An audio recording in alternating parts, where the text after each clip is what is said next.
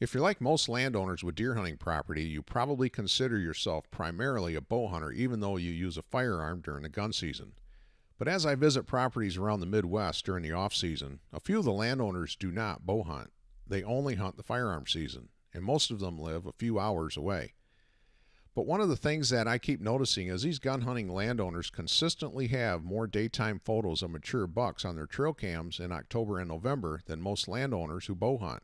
Why? Because the gun hunting landowners are not there going to and from tree stands and blinds every weekend that are right on the edge and in clear view of deer and their food plots. And the gun hunters are not there leaving scent behind in order to check trail cams. So the deer on these gun hunting properties never encounter human scent or pressure during bow season, and so they're conditioned to assume the property is a safe place to move around and feed during daylight hours, especially compared to the neighboring properties that are getting regular bow hunting pressure. Which is why it's not surprising that some of my clients who bow hunt tell me that their neighbor who only gun hunts shows up the night before opening day and then shoots a monster before noon. I like to use the analogy that a property that is hunted smart and sparingly, or not at all, September through late October, is like a balloon being pumped up with air every day the hunter is not there. By November, those does and mature bucks have been filled with the illusion that the property is a safe place to move around in daylight. Then, when the gun hunter shows up on opening day, he has a much better chance at shooting a mature buck. Just like it's a lot easier to pop a tight, overfilled balloon than one that's only half full.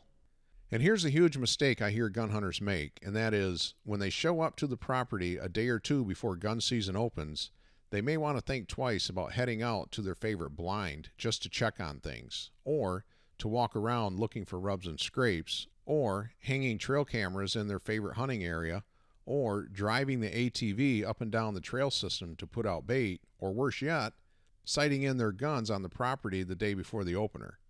By doing any of these things, all that secure equity you allowed to build up until then is wasted. All the valuable air in that balloon is gone. This is a lot more common than you might think, and many times the landowner blames his neighbors or the DNR for another disappointing hunting season.